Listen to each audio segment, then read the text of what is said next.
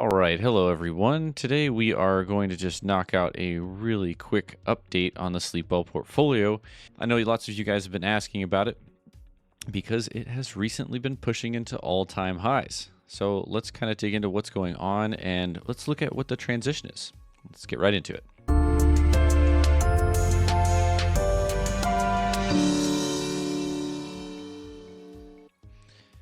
All right, so here we have the Sleep Well portfolio. And you can see if this is your first time ever seeing the Sleep Well portfolio, we use primarily 6 assets, right? The SPY, TLT, Gold, UUP, IWM, and EEM.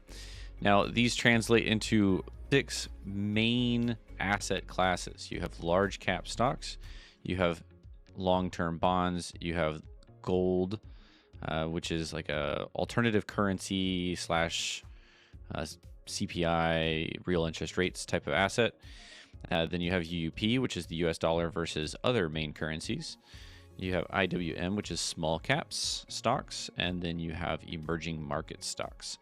Now, emerging markets, even though it sounds like it's a stock, it actually has a lot of inverse correlation to UUP, except it's a growth asset. So we get the benefits of both worlds. But anyways, every single one of these tend to offset each other in some unique fashion in different cycles of the business cycle. So if you want a little bit more literature on that, you can go to our website, etradingedge.com. And then, of course, if you like this material, you can like, share, and subscribe. All right, so from here, let's just look right into what we've got going on. Well, the SPY here, you can see, has been on a tear quite a while. The 1-year price change, we've been up since the bottom. Everything's been kind of cranking as we are, and we've been taking part of that, right? We've been growing with it. But at the same time, bonds has basically been, hammered over here. Gold has been rallying in the recent time periods a lot as well. So this is our 1-year price change chart. And this might be kind of small on your screen, but we're just kind of reviewing some things. Now, we have recently switched pretty dramatically out of the SPY. You can see that even as of last week, we had 0% in there. We only have 4% in there this week. And we have been favoring a lot of gold and a lot of the US dollar. And I'd like to talk about kind of why is that. And this will actually help us a lot to kind of see what's going on here. Now, there's a lot going on this graph here. But this graph will teach us everything we need to know about kind of what's going on in the economy right now, or what's kind of going on in the macro side of things. So first and foremost, let me just kind of clean this up a little bit, and we'll talk about what each one of these lines are. And a lot of them are assets, and we'll just kind of talk through those really quickly as we kind of go. But first and foremost, what's in the background right here is we have the SPY. Now, the SPY, or the SPX, I should say, is the S&P 500. You can see here we started the recession back here in 2022, and then we kind of came down to this low land point. And then right around here is when we started injecting a lot of money into the markets and starting to kind of pump up financial markets, not so much the economy, but more so the financial system. Now, I can show that more with the reverse repo market, which is right here. And so this is an account that the Federal Reserve has been using, and you can see it basically draining out. I have this inverse just to kind of show its correlation to the stock market kind of blowing up. Now you can see here very clearly that when the reverse repo market has a stalling moment, the market kind of has a little bit of a challenge, right? There's another stall moment right here. There's another stall moment right here. And you can see it kind of has these dips.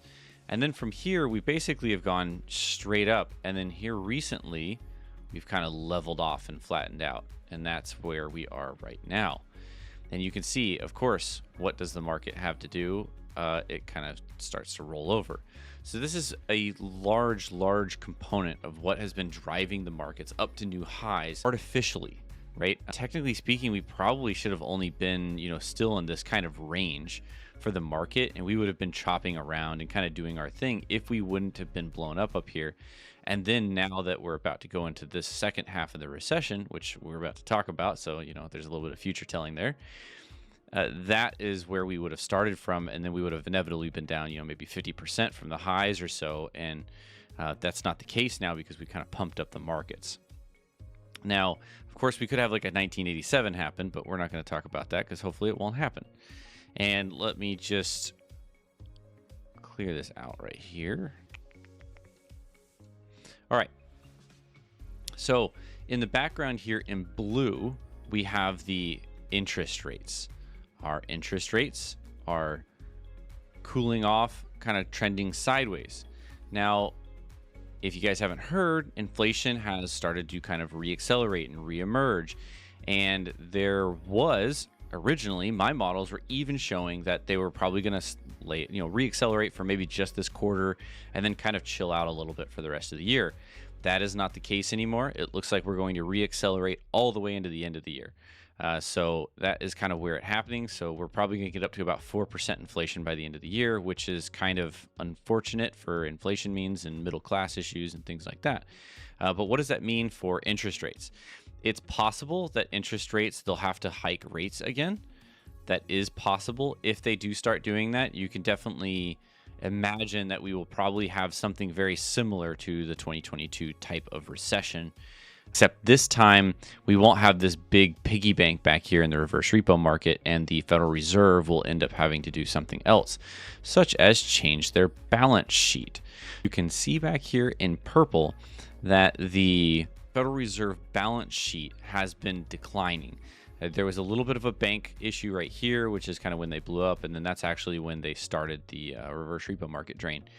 But beyond that, we have been steadily selling treasuries from the balance sheet. But of course, that's been just a big transfer because the reverse repo market has been absorbing that and more. So right now, as of this moment, and these little blips that we had back here, right? This is the first time since this moment that we've actually had net tightening in financial markets. That on top of inflation reaccelerating is starting to push up the yield curve. So we actually have overall tightening in financial markets. This is identical to this time period, right? This is exactly what we are in for as of this moment. I'm not saying it's going to transpire because the Federal Reserve can do all sorts of crazy things right now and pump it up, but with inflation reaccelerating, it's highly unlikely that they're going to try to do anything because they'll lose some credibility in that. So if this continues, now what they might do is they might stop tightening their balance sheet. But if this continues and they continue to tighten their balance sheet, the reverse repo market stays sideways, we are likely to see a meaningful correction. If the demand destruction shows up, which is getting more and more likely, then it's even possible that we get a much larger pullback into something like the lows of where we were, right? So that's what we have that's possible going into 2025. Will it happen? Maybe, but so far this is kind of the beginning stages of it, and who knows how long it's going to last and what the Fed's going to do between now and then. So far we know that GDP is slowing down, and we are going to get some tightening on the financial system, and so that is typically bearish overall for the stock market. Then you start to look at other aspects of the Sleep Well portfolio, and we've been defensive, and we are defensive right now, basically based on these types of variables. And where are we? Well, we're in definitely the dollar. Well, why would we be in the dollar? Well, typically when we're tightening in the financial system, then typically the dollar does very well. Look at that, right? So it makes sense that we're in the dollar. Can we get stellar returns? Well, the dollar's not exactly the strongest asset on earth, but hey, we can be positive. And hey, what would you know? The dollar's going up. So that's why we're in a lot of the US dollar. Then if we look at bonds, the reason why we're not in bonds is because typically when there is tightening and an acceleration in inflation, bonds go down. So we're not there. Then gold, well, what happens when we have some tightening? We typically have some lift in gold. And hey, we've been lifting in gold. And a reacceleration of inflation also helps. Then at the back end, if real interest rates start cooling off, then that helps as well. Now, we will likely start phasing out of gold relatively soon because gold is not as strong of an asset during this cycle. We saw that last time when the tightening started to begin and real interest rates started to collapse as well. So keep that in mind, that accelerating inflation is a positive thing, but decelerating inflation isn't exactly a good thing for gold. So it should so far be a little bit of a positive, but we have had a small correction in gold, but likely we're not going to stay there for very long. Getting rid of gold now and getting rid of the dollar, we look at emerging markets down here. Let me get rid of TLT. So emerging markets typically do very, very, very well when the US dollar is struggling. So here, let me pull this over. So now you've got EEM and you've got UUP down here. Well, guess what? These two are correlated right now. What is going on? This is not a common occurrence. Typically, you can look back, right? And I can pull this even back further. Typically, when EEM or the US dollar is going down, EEM is going up. EEM going down, the dollar going up, right? You can see that there's a very, very strong correlation. EEM going up, US dollar going down, right? Very, very strong. EEM going down, US dollar going up. It's a very common occurrence. Of course, overall, emerging markets is a growth asset, so we get some benefit from that. Now, because the US dollar has been so strong and steadily gaining, EEM has had some troubles. But here recently, we are starting to get a little bit of positive correlation where they're starting to go in the same direction. Now, one of the two has to break down. It's either the dollar starts to break down or emerging markets has to break down. Historically, these do not trend together for very long. We've got a little bit of an allocation to both, but more into the dollar than not. So we're leaned on the side of dollar strengthening rather than dollar weakening as of right now. Then the last asset that we'll talk about here is IWM. So if I just pull out IWM here, which is small caps compared to the S&P 500, you can see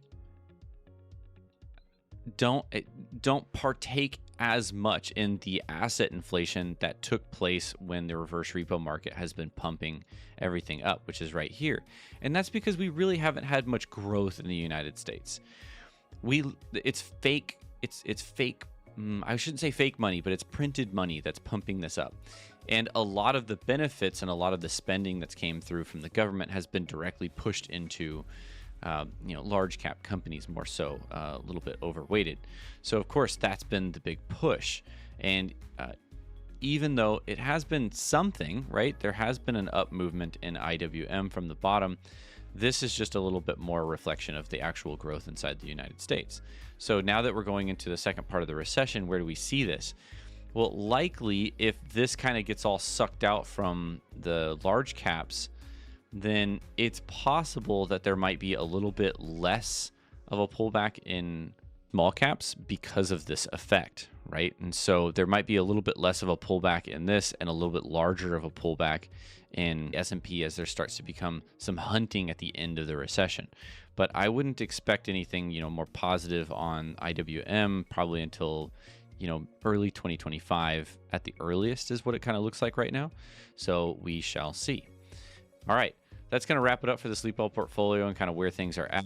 And remember, we switch allocations every week based on the current macro environment. If you want to learn more about it, head over to etradingedge.com. Also, join us for the next video. I'm going to start a series on simple, quick, easy to learn concepts of options trading to help out those beginner options traders. All right, talk to you next time.